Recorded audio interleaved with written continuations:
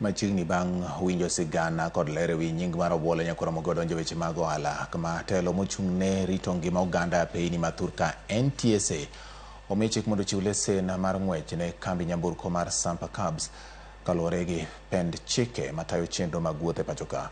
Okang' ma kama biro bang' kambi Sampa chwalo ng'ur margi nikech NTSA nyocha omayogi lesen mar ting'o jowuoth. Kaka ripota marwa Millicent Adhiambo leronwa, nyamburko mag Sampa tayoga chenro maggi mag wuoth e apaya ma Nairobi kadhi Kisumo, kendo en kod nyalo mar ting'o jowuoth 7. Magi biro bang' kane kambi nyamburko mar Sampa ne oringo dhi omako bura ne duol mar NTSA kuom ne mayogi lesen mar ng'wech. Sampa yango ni ne gichwalo ng'ur kaluwore ni derepe mekgi ne isiko imako kane ichunogi mondo gigol fwai nikech onge mag lesen, rang'uk ng'wech kod rangi maratong' ma geche jowuoth owinjore bedo godo, gino mane ong'uko yoregi mag tich ka giyango ni mijing'o duto mane giketo e manyo lesen mag ng'wech nosebedo ka gore lwanda e nyim duol mar NTSA. Jomochung' ne weche mag ndara miluongo ni NTSA nokao license marwa mar operation kata wanyalo wacho ni kitambulisho mar tich ma ok osebedo mayot tiyo, nikech ing'eni sama ionge kitambulisho ma mi thuolo mar tiyo ichalo ng'ama tiyo kapondo ma kes nchodhi e court ma ero wanyalo wacho ni bura oduogo korwa koni. Kancha gionge kanyo cha winjo matek nikech nocha wategemea customer magikelo magiwuogo Nairobi kendo tiema cha wagolo kama odake kwa kelo kadhi Nairobi. Kata obedo ni duol mar NTSA ne wacho ni pogo geche Sampa e kidieny mag ji giwegi kod mago mag taxi ne osebedo nege matek kaluwore kod jowuoth 7 maduto giting'oga nomiyo paro mar miyo geche Sampa lesen gi 10 counties pok ne gigolo.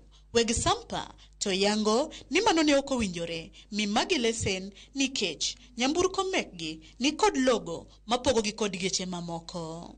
Sampa en kambi mantie gi logo. Inyalo neno no amora kata Vox City ni weni mano Sampa. Ki ng'ato wuondi ni Sampa en gi logo.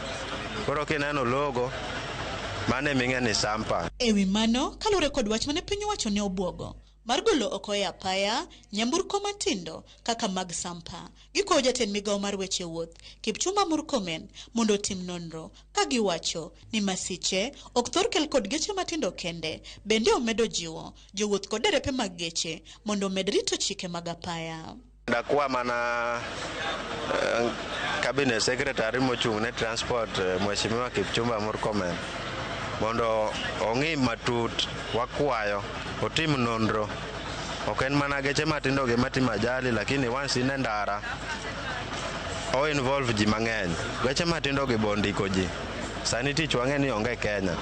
Ondiko ji mang'eny.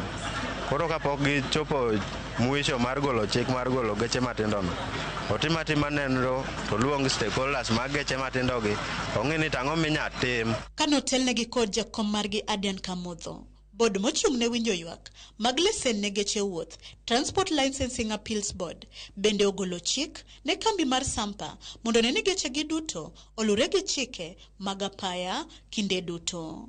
Chike mamoko mogol ne kambi no oting'o rito nyamburko magi kokalo kuom keto gi maler seche duto, golo dirisa mar otenge e geche gi ma ong'ere gi dholiech ni tinted windows kata windscreens, rango kwan seche mag ng'wech ma owinjore pile ka pile. E ng'eto margi, Board mar Transport Licensing Appeals oyango ni en tij duol mar NTSA chiwo lesen ne nyamburko moro amora pacho ka kaluwore gi pend chik matayo weche mag wuoth Thurka. Millicent Adhiambo, Ramogi TV. Nyakoromogi, jo Kenya makwan gi milion 1